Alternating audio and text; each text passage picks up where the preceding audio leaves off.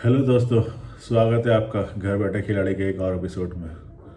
उम्मीद है आप लोग मस्त होंगे, व्यस्त होंगे और अपना वीकेंड एंजॉय कर रहे होंगे। तो दोस्तों, बात करते हैं भारतीय क्रिकेट टीम की। आज सुबह भारतीय क्रिकेट टीम बीसीसीआई की क्रिकेट टीम का अनाउंसमेंट हो गया है ना। Indian board of cricket control BCCI ने अनाउंस कर दिया टीम। जनरली ये लोग रात के अंधेरे में अनाउंस करते थे, पर इस बार इन्होंने आज सुबह सुबह अनाउंस कर दिया 10 साढ़े 10 बजे। और जैसे कि उम्मीद थी, टीम के अंदर ज़्यादा कोई चेंजेस हुए नहीं हैं। जो बातें चल रही थी कि विराट कोहली इस पूरी सीरीज़ में नहीं खेलेंगे, तो पूरी सीरीज़ के लिए अवेलेबल है नहीं। उनके साथ क्या इशू है उसके बारे में किसी ने कोई बात की नहीं है। बोर्ड ने कोई जानकारी दी नहीं है, ना कोच ने दी है। और श्रेयस अय्यर को टीम से ड्रॉप किया गया है और उनकी जगह एक अर्शदीप आकाशदीप करके बॉलर है बिहार के, जो रॉयल चैलेंजर्स के लिए भी खेलते थे, उनको टीम में शामिल किया गया। तो और केएल राहुल और रविंद्र जडेजा की वापसी हुई है, पर they are subjected to fitness. उन्हीं की वजह से टीम इतना डिले हो रही थी अनाउंस होने में शायद। तो वो बोला कि अगर वो फिटनेस उनकी सही होगी तो वो लोग तीनों टेस्टों के लिए अवेलेबल होंगे, वरना कोई वो शायद एक तीसरा टेस्ट मैच खेल लेगा, दूसरा शायद चौथे टेस्ट में वापस आ जाए। तो पर उन्हें टीम में रखा गया है। बस मौजूदा टीम से श्रेयस अय्यर को ड्रॉप किया गया है। ड्रॉप किया गया है या उन्होंने पता चला मीडिया रिपोर्ट से कि भाई उन्होंने बोला था कि वो 30 बॉल खेल लेते हैं, तो 30 बॉल खेलने के बाद उनकी बैक में स्टिफनेस हो जाती है, जिसका उन्होंने वर्ल्ड कप से पहले इलाज कराया था, ऑपरेशंस कराया था, रिहैब भी किया था। तो 30 मैच गेंद ही वो खेल पाते हैं और उसके बाद उनकी स्टिफनेस हो जाती है, तो उस पर काम करना चाहते हैं। तो मतलब ये भी एक तरीका था, क्योंकि इंडियन टीम का मैनेजमेंट चाहता था कि वो जाकर जो है रणजी ट्रॉफी के अंदर खेले, पर उन्हें शायद रणजी ट्रॉफी नहीं खेलनी थी। इसलिए उन्होंने डिसाइड किया कि भाई मेरी पीठ में स्टिफनेस है तो मैं वहीं जाके आराम करता हूँ। क्योंकि देखिए आईपीएल भी आने वाला है, और जहाँ तक आईपीएल की बात है तो आईपीएल मई मार्च में शुरू होता है, तो जनवरी से खिलाड़ियों को बोल दिया जाता है कि भाई अपना थोड़ा ध्यान रखें, तो ज़्यादा खेलें ना, ज़्यादा लंबा क्रिकेट ना खेलें, क्योंकि आपकी ज़रूरत आईपीएल में इतने करोड़ों रुपए लगे आप पे। तो यही बात रही है कि मेन बात तो यही है कि श्रेयस इसलिए नहीं खेल रहे हैं, वरना अगर वो स्टिफ फिटनेस का बहाना नहीं करते तो भाई उन्हें जाके रणजी ट्रॉफी वगैरह खेलनी पड़ती, जिसे खेलने में वो लोग इंटरेस्टेड नहीं हैं। दोस्तों, भारतीय टीम में बहुत सारे खिलाड़ी हैं जो डोमेस्टिक क्रिकेट अब खेलना नहीं चाहते, और उनके बारे में हम बात करेंगे आगे आने वाले किसी एपिसोड में। हम इस बारे में बात करते हैं। फिलहाल अब जिस तरीके की भारतीय टीम की घोषणा हुई है, मुझे लगता है ये इंग्लैंड का बेस्ट चांस है। और इंग्लैंड के अलावा मतलब कोई भी टीम होती है उसके लिए बेस्ट चांस होता है कि भारत में सीरीज जीतने का। माना कि अब जिसमें विराट कोहली भी नहीं है और अगले मैच में मुझे नहीं लगता कि जडेजा की वापसी होगी, तो आप रजत पाटीदार के साथ सरफराज खान का भी डेब्यू देखेंगे। और मुझे लगता है कि ये इंग्लैंड का बेस्ट चांस है। अगर अब भी इंग्लैंड ये सीरीज़ नहीं जीत पाता है तो भाई फिर कब जीतोगे आप? फिर ये बेसबॉल ये सब बातें ही रह जाएंगी। इससे बढ़िया मौका इंग्लैंड को कभी नहीं मिलेगा, क्योंकि भारत की बल्लेबाजी चाहे जैसे भी हो, उसमें अनुभव की तो बहुत ज़्यादा कमी है। रोहित के रन नहीं आ रहे हैं, शुभमन और यशस्वी ने रन बना लिए, रजत भी नए हैं, सरफराज पहला मैच खेलेंगे, केएस भरत को कुछ ज़्यादा उम्मीद मुझे उनसे है नहीं, और राहुल और श्रेयस भी बाहर हो गए, 30-35 रन तो बना ही लेते थे, और राहुल भी बाहर है। तो आप सोच लीजिए कि भारत का मिडिल ऑर्डर और किस तरीके की बैटिंग है इनके पास। अगर अब भी इंग्लैंड ये मैच नहीं जीत पाता, सीरीज नहीं जीत पाता, तो अब इंग्लैंड को सोचने वाली बात। इंग्लैंड को कम से कम अपने कुछ ढंग के बॉलर्स लेके आने चाहिए थे। खैर, भारतीय टीम का अनाउंसमेंट हो गया है। अब देखते हैं मैनेजमेंट की क्या सरदर्दी है और क्यों कुछ खिलाड़ी डोमेस्टिक नहीं खेलना चाहते, इसके बारे में भी हम बात करेंगे।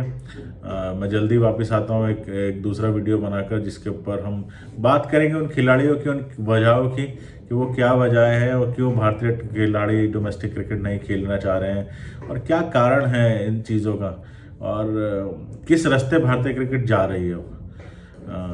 मुझे तो लगता है कि आईपीएल से बहुत फ़ायदा भारत को ज़रूर हुआ है, पर कुछ नुकसान भी है जो अब सामने आता जा रहा है, और इसके बारे में बात करना बहुत ज़रूरी है।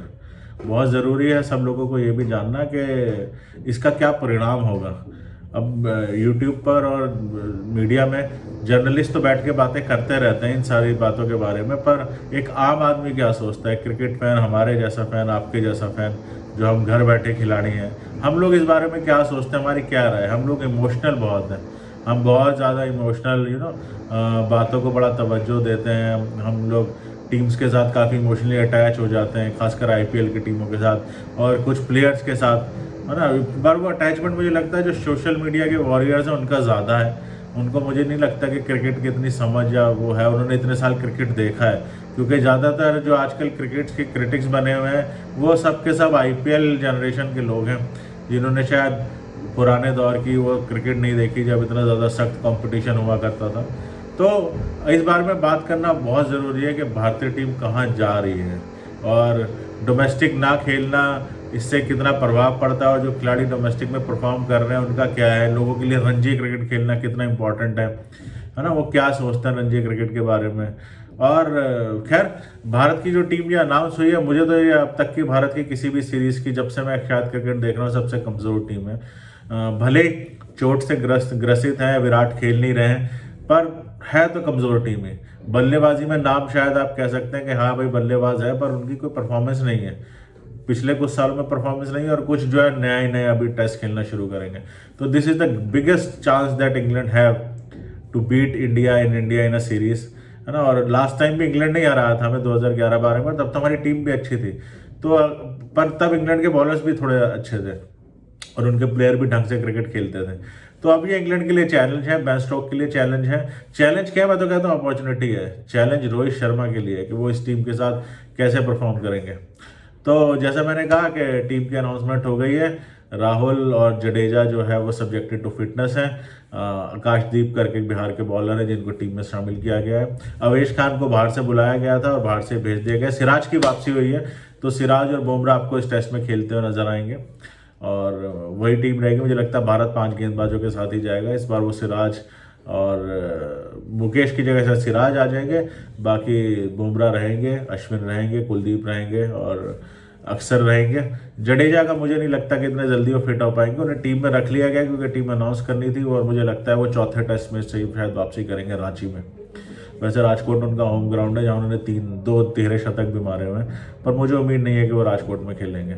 और राहुल हो सकता है खेले, अगर राहुल खेलेंगे तो वो श्रेयस अय्यर की जगह खेलेंगे, और अगर श्रेयस अय्यर की जगह खेलेंगे तो मुझे लगता है कि पाटीदार अपनी जगह बना के रखेंगे और फिर शायद सरफराज का डेब्यू ना हो। अगर राहुल भी अवेलेबल नहीं होते तो शायद आपको सरफराज खेलते हुए नजर आए। हो सकता है पाटीदार की जगह वो सरफराज को खिला दे, पर मुझे लगता है पाटीदार एक मैच खेले, उन्हें दूसरे का भी मौका मिलना चाहिए। तो अपना ख्याल रखिए दोस्तों, जल्दी मुलाकात होती है आपसे घर बैठे खिलाड़ी के एक और एपिसोड में, जहां पर हम बात करेंगे भारतीय खिलाड़ी जो रणजी नहीं खेलते हैं, डोमेस्टिक नहीं खेलते हैं, और जो मतलब वही है ना कि भारतीय क्रिकेट में खिलाड़ियों को बड़ा देवता का दर्जा दिया जाता है। तो हम बात करेंगे ऐसे कुछ देवताओं की और उनका क्या कंट्रीब्यूशन है और उनका क्या स्थान एक्चुअली होना चाहिए, इस बारे में हम बात करते हैं। और इंतज़ार कीजिए घर बैठे खिलाड़ी का। And please like and subscribe the channel. आपको मेरी बातें पसंद आती हैं तो प्लीज़ लाइक इट। आप जितना लाइक करेंगे या शेयर करेंगे उतना ही और लोगों तक पहुंचेगा और हमें भी थोड़ा फ़ायदा होगा। प्लीज़ सब्सक्राइब द चैनल, और आप चैनल पे जाइए, वहाँ पे शायद आपके इंटरेस्ट की कुछ और चीज़ें मिल जाए आपको। अगर आप बुक्स के शौकीन हैं तो हमारा एक प्रोग्राम है books choice and a bunch of stories, उसको ज़रूर देखिए, आपको पसंद आएगा। And please give your feedbacks, please give your comments. जल्दी मुलाकात होती है, तब तक अपना ख्याल रखिए, स्वस्थ रहिए, व्यस्त रहिए, मस्त रहिए and enjoy the weekend. And subscribe करिए 0 0 को। चीयर्स।